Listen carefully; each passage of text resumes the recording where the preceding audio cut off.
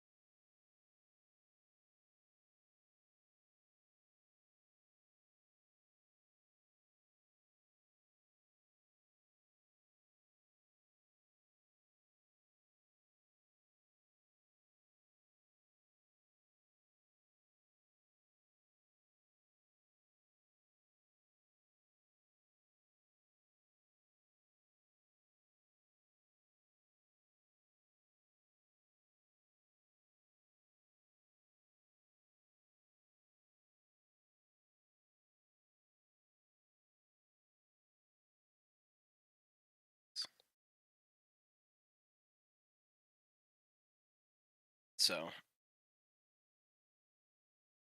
nothing super weird in the build so far, but they got some early pressure in duo. Got a few extra autos before they got in. That means that they're probably gonna have more push, which happens right here. So right here, it's kind of like as a support, you kind of back out a little bit, knowing that if you can get the main minions down and it's just archers, you can usually contest purple. It's like they didn't want it, but yeah, then you need to pay attention to the wave there. Both the junglers did the normal clear. Solo wasn't there in time for the experience, but there's an alternate start where you go speed blue to backs, and the reason why you do that build is because it puts speed and blue on the same timer, so when it respawns, you can do them speed to blue just like you did in the first rotation. Since backs are on a different timer, it's just like it makes the jungle clear from the second rotation on more efficient. Here's a fight. So you're kind of like you went in really hard on him, and you just got rooted into a wave. It's just like it's hard to fight into a full wave like that as an RDO, um, especially into a Baron who's gonna root you. You kind of were really late switching to bear stance, and it's like the first move should have been to dash away and not the one. The amount of damage you were taking. And this is just Baron laning. It's he hits the 2, he's really fucking annoying, and they trade positive if you get hit by the 2. If you don't get hit by the 2, it's manageable, but it's a pretty fucking wide ability, so he's probably gonna hit it.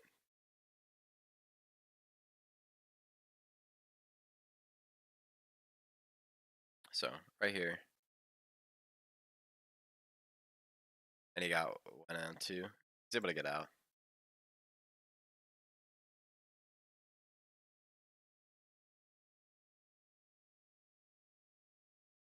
Not a whole ton going on after the first blood. Yeah, like that. And this is just like you're fighting into a wave when your ADC had to dash away, so whatever damage you're trading is probably going to be really negative, especially into Shibalanke with those. Speaking of which, got an idea of what he's leveling. He just has a point in everything. So.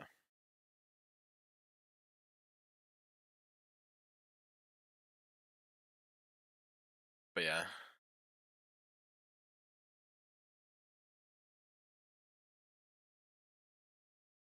As a jungler, you're kind of late to speed, which might hurt you. You actually probably get to the red. They didn't know it was up. They just saw it go up. I don't know. I feel like if... Okay, so you still secured it, so that's good. It looks like you might get the kill here. No, it looks like they're rotating in. Yeah. And that's just so... It's just like awkward. And it's something that has to be communicated out. It's like, where's their team? Where's our team? Can we go in? So as like a support, you're just like a little bit far out there, especially with not the best health pool and a little bit far behind. I guess you're still same level at that point, but it was just like you were by yourself in the middle of the other team when it looked like the call was a little bit awkward. Maybe you're getting out, staying in.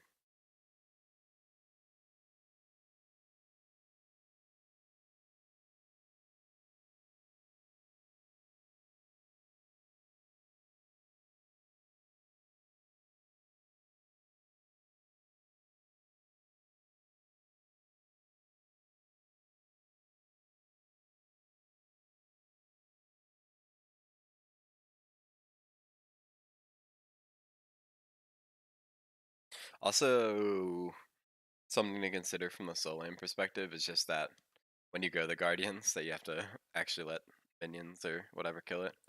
So I guess you're not like full clearing it, but it's just probably get a few last hits from your clear. That's why like the Geb's like focusing all this shit on you, and that's why it's like trading pretty positive.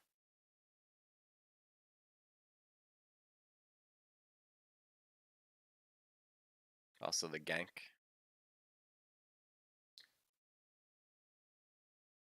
Alright, that's the weirdest rotations. So you're carrying that. But it's like pretty much it's just like you got the early first blood and there's a little bit of awkwardness at red buff. But besides that, it's just like you guys have farmed pretty even. This is bad. So what this is as the jungler, you have too much shit up. You did red, but your speed's up, your blue's up, and the other jungler was able to pressure the blue out because you had so much shit up. It's like you almost never want that much stuff up. Also, if I remember, that was a really awkward fight. Actually, we can go back. We'll watch that fight.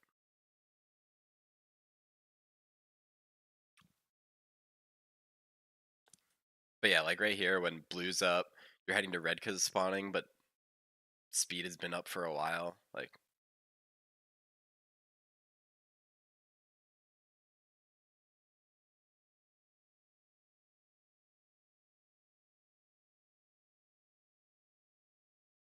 I feel like those back lefts, yeah, right here. So you have beads. I feel like the that should be a situation where you beads as a Cardinus, because the beads get you out of the pool, and you hope it lasts long enough to get you out. And he was already ulting for a little while at that point, so you probably get out of that ult.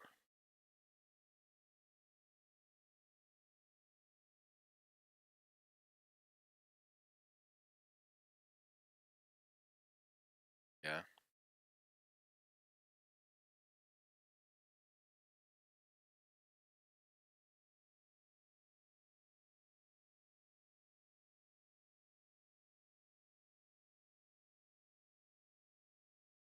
This is a solid gank. Nice job. Punished him for proxying.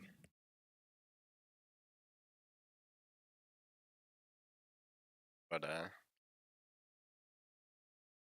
right here it's hard to get onto mids because the wave's pushed in. You could probably go onto the Baron there, and that's probably why the Shiblanca ulted, was because he was aggressing onto it, but it didn't look like it was very communicated out. It actually looks like Enclave is very which is probably why he didn't want to fight there.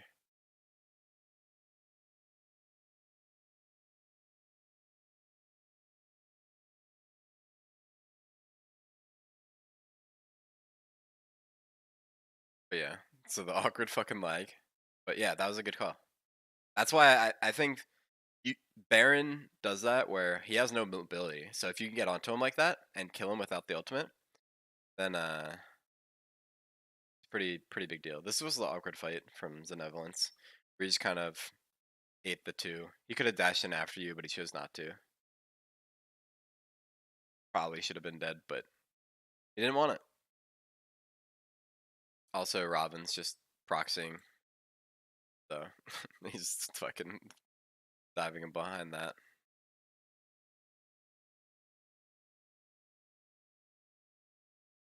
Right here, as as Space, you shouldn't be fighting this. This is you drop the blue buff and you tell your jungler, "Hey, I need my blue buff." Also, again, is Enclave like again? Your buffs are up.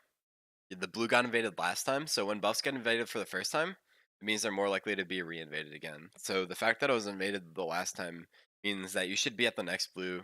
You should try to beat at the next blue respawn because that's how you get the control back. That's how you make sure that they don't have the timer or you force them off of it. Maybe you get some pressure onto the Geb again. But yeah, I feel like that's the second or third time that I've noticed where lots of buffs have been up, and because of that, they were able to steal stuff from you. I'm gonna have to rewind a little because it looks like there's a fight happening over here. But yeah, that, that's your role as a jungler is you're trying to secure as much farm for your team as possible, which means being at buff respawns as they're coming up. Because if they are invaded, you need to be there. And they have been invaded. So that was the second blue buff in a row that got invaded. You've been securing red, but you've kind of been neglecting your right side buffs a lot. So this is what it was. He hits the root. Don't really look to fight off of it. This is kind of awkward because you're like by yourself. And this is like really good damage onto them, but then you chase really, really hard. That's where like you're like by yourself. It didn't really look like you quite knew where all of their team was. And it was just like it's hard as a jungler. You can't dive that hard when there's lots of ultimates being thrown in your direction. And I think that just comes down to like you're initially pretty far out without the support of your team. If like you need somebody to be there, just say like, "Hey, yo, Papa, like walk up to these camps with me." Because I feel like at a certain level in competitive, um, neutral farm is contested, and that's where Geb came over and he just fought you at your speed. So that was like the first instance of what I was talking about of space not knowing his lane opponent rotated, not doing a counter rotation, and the only thing he did was push the wave into tower, and then ran directly to the Geb. He didn't really do anything past that. He could have proxied a wave, blue was up, and then now they're onto this. This was a really dumb call by them, and I'm really glad that you guys punished them because this was just really dumb. And again, like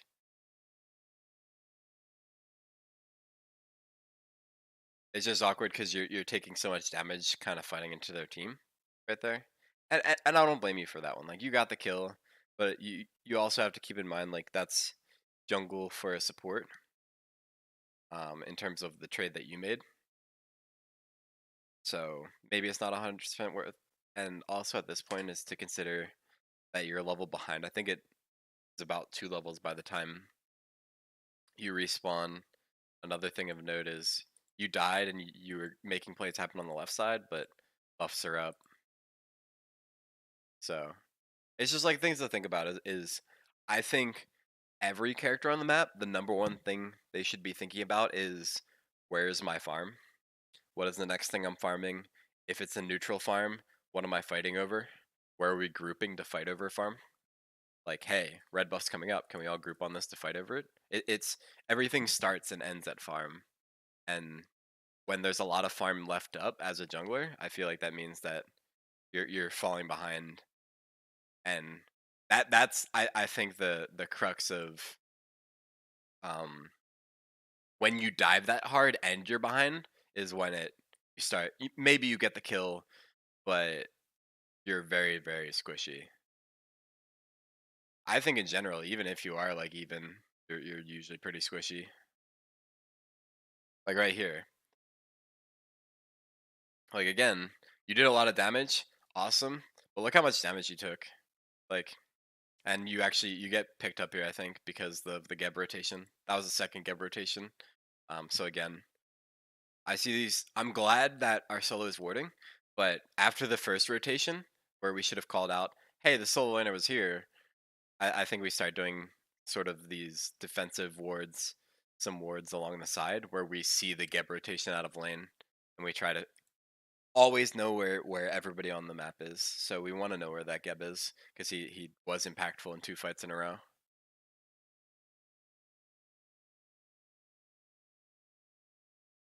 So that's rough.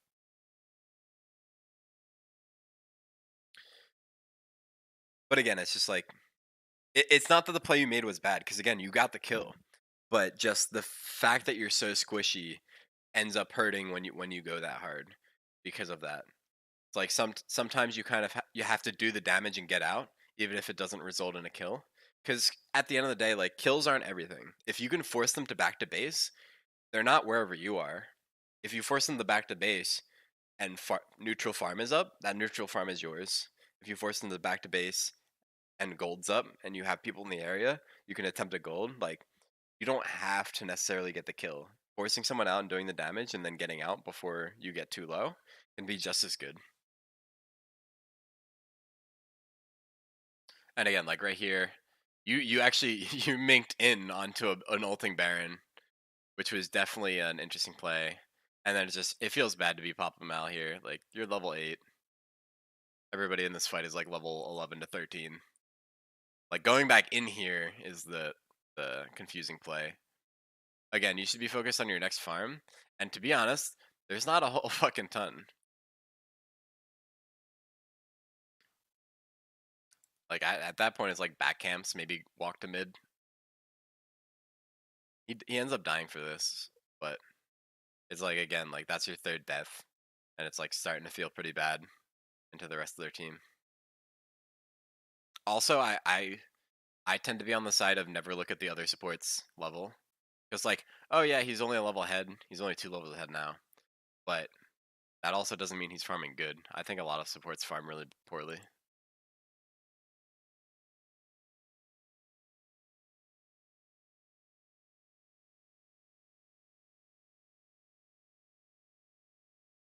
But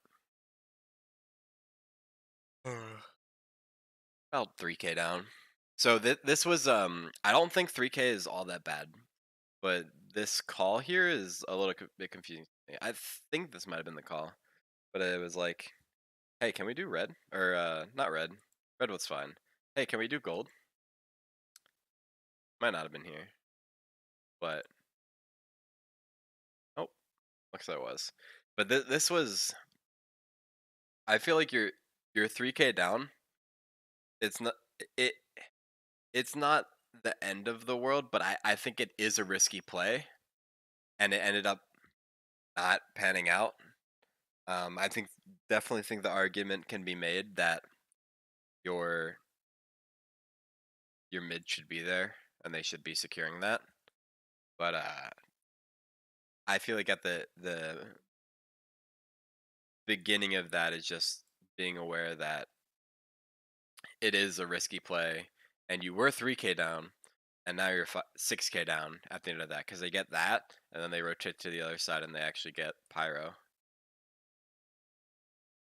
Some nice spectator bugs, but yeah, I just definitely feel like that's awkward. And the thing is I can't. Yeah, I would say still it has to be there, but it's not super outside the realm of sometimes you want people to stay in lanes just so that they like you aren't making it super obvious that you're on an objective. When nobody shows up on the map for like 4 minutes, they're like, "Where the fuck are they?" Well, they're probably on gold, and they're gonna immediately go there. But I do think in that specific scenario where you were able to get away with it for a while, and it got out secured from you because your mage wasn't there, that it was probably better for the mage to be there.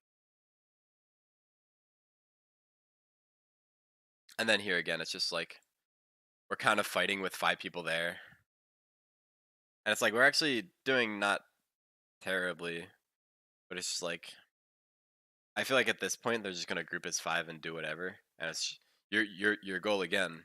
Where the fuck is my farm?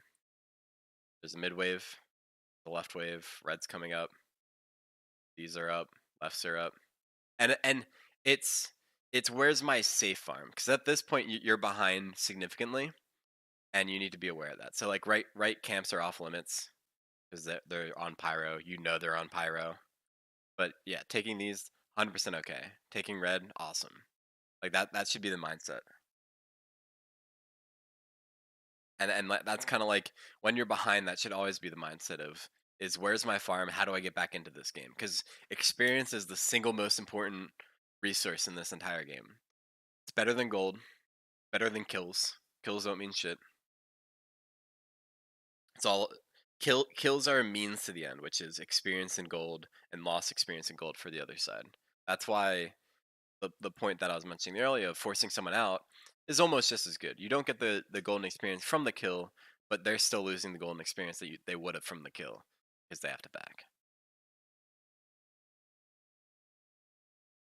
Now right here, it's a 2v2,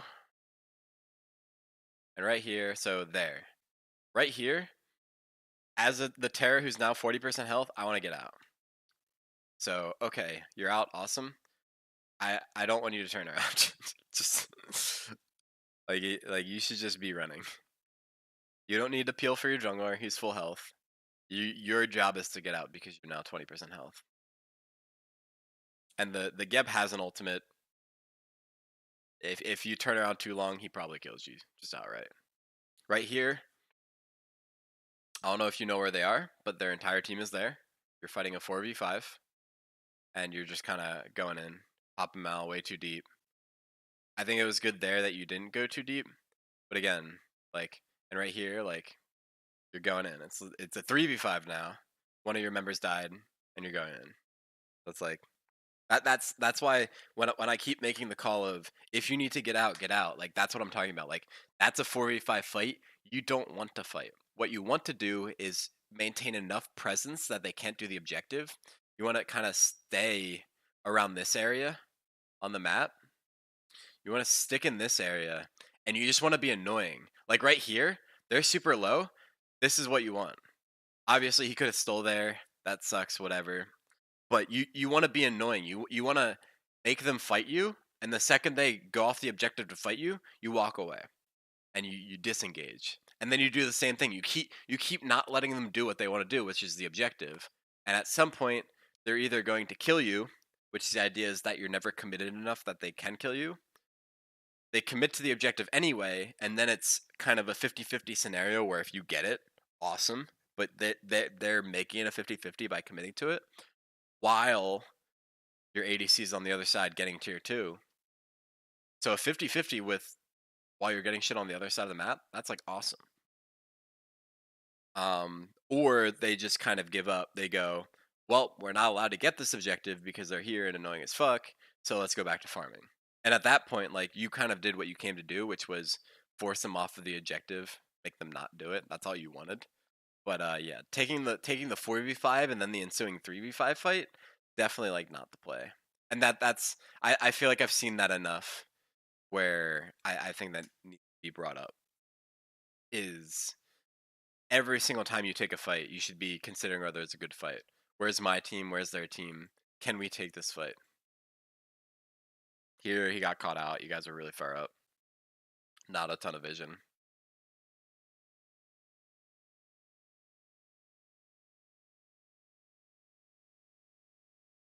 Also, we have invisible towers.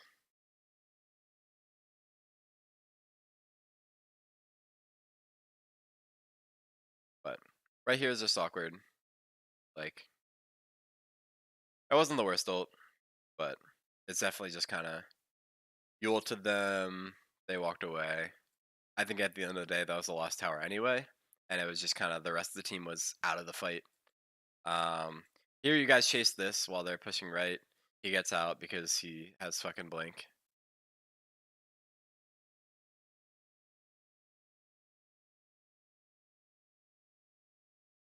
But I don't know. I don't mind that chase. But yeah, the call should be just, hey, we're backing. We need to defend Phoenix.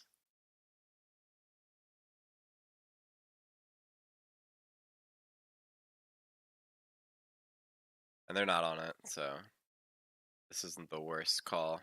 I think you guys get it. But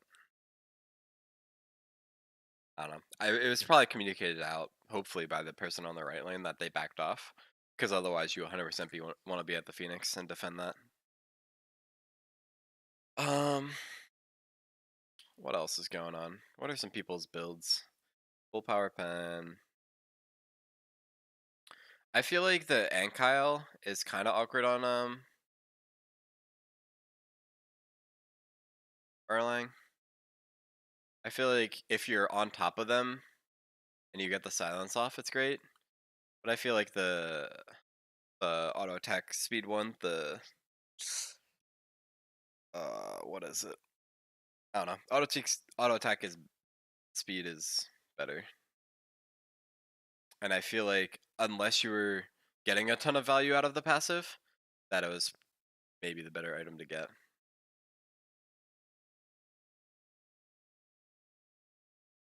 I don't know. Maybe I'm wrong with that. But right here is just awkward because both your carries got dove at really low health. He still had Geballed up, so he gets that. Like right here, like we don't have a sprint. So in like a disengaged situation like that, like we don't have a sprint. That's why like again the specific matchup knowledge of Ardu has nothing to do into Baron, especially with passive ticks. So that sprint might help there. But even in the solo lane, I'm wondering how often you actually use the blink that game. My guess is that you probably don't need the blink there, and that the sprint helps a lot more. Especially if as a Terra, you're probably going to be dashing into initiate. So you throw the pillar, you throw the pillar, sprint your team, and dash in, and then you ult. And that's like your. I just put my ult onto everybody. I sprinted my team into the fight, and your goal is just to like rush them down. I feel like the on the back foot, blink doesn't do anything for you, and I feel like Terra doesn't benefit a whole ton from the blink. I feel like you get in using the dash anyway, and that Geb's not gonna be able to do a ton to you. He has knockups. Ignore knockups. If you get crippled, that's because you got ulted, but you have time before that point, and as long as you get in there, you ult, and maybe you burst a couple of those things, like you pretty much done your job in the team fight.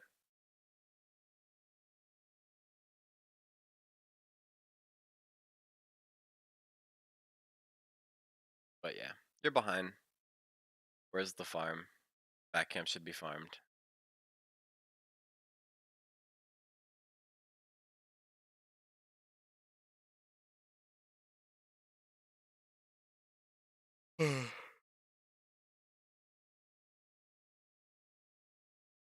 It's just such a weird spot to be for Zari.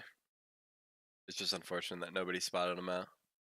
But again, so right here, where are they? They're on Fire Giant.